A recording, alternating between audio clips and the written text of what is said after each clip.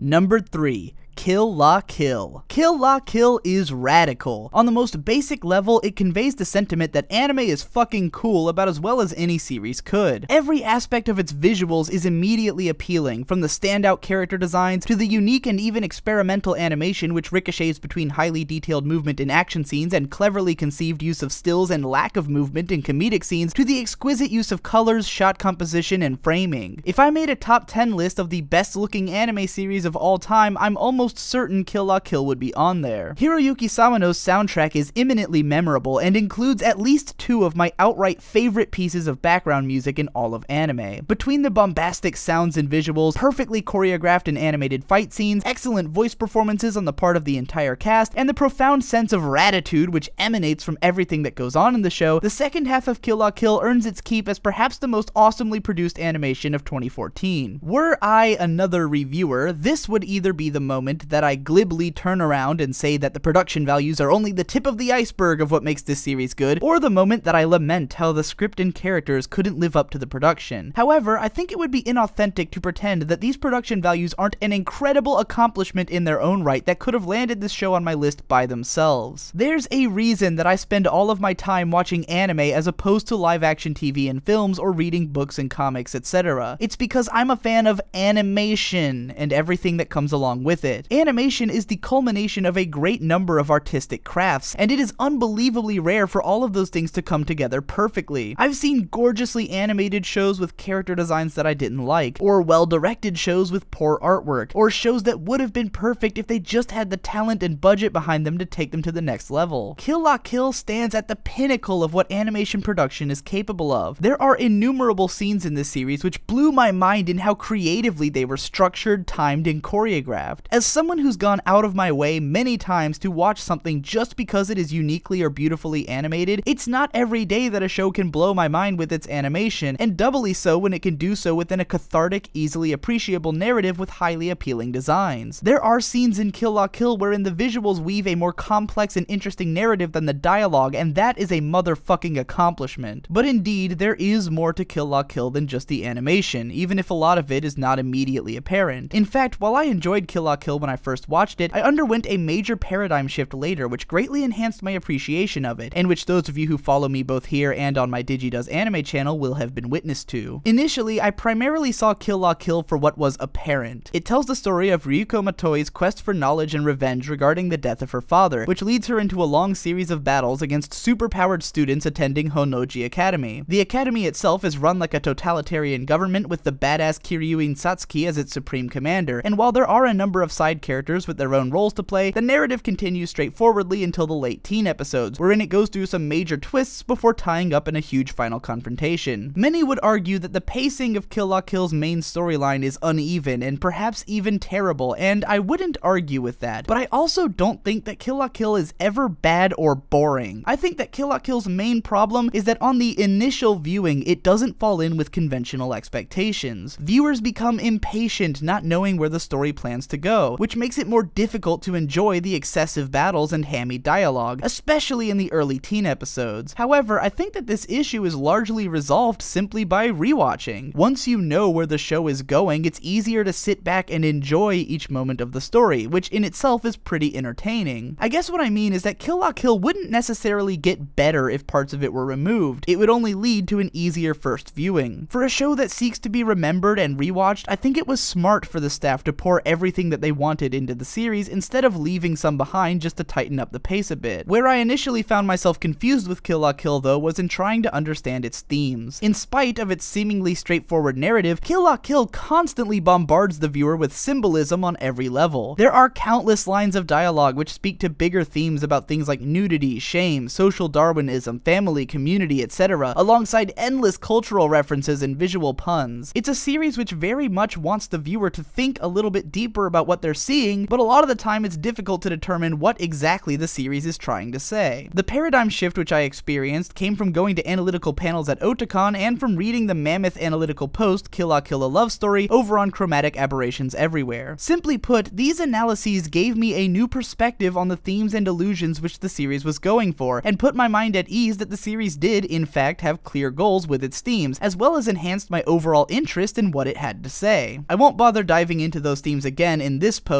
partly because I'll never be able to top the Chromatic Aberrations post, but also because I've already dedicated 2 of my favorite videos on this channel to explaining my perspective on this series. It's possible that knowing how I perceive Kill La Kill and its themes will do nothing to improve your opinion of the series, and that's okay. But as for explaining why this is my 3rd favorite anime of 2014, I hope that these give you the tools to understand the way that I feel. Episodes 13 through 24 of the TV series aired in 2014, and while these contained more of the plot-centric episodes and some hugely memorable moments, I can't say whether I liked the first or second half of the series better. I will say, however, that the OVA Resolution, which came out later in the year, finally solidified Kill La Kill's place among my all-time favorite anime, and was perhaps the most emotional episode of the series for me. I did a 20-minute podcast on it with my little brother over on DigiDoes Anime if you're interested in knowing why. As for Kill La Kill, you can watch the series legally for free over on Daisuki and Crunchyroll. So what did you think of Kill La Kill? Let me know in the comments below, and in case you missed them, check out my videos on number 4, Space Dandy, and number 5, Ping Pong, and stick around on my channel to see what my 2nd favorite anime of the year will be tomorrow.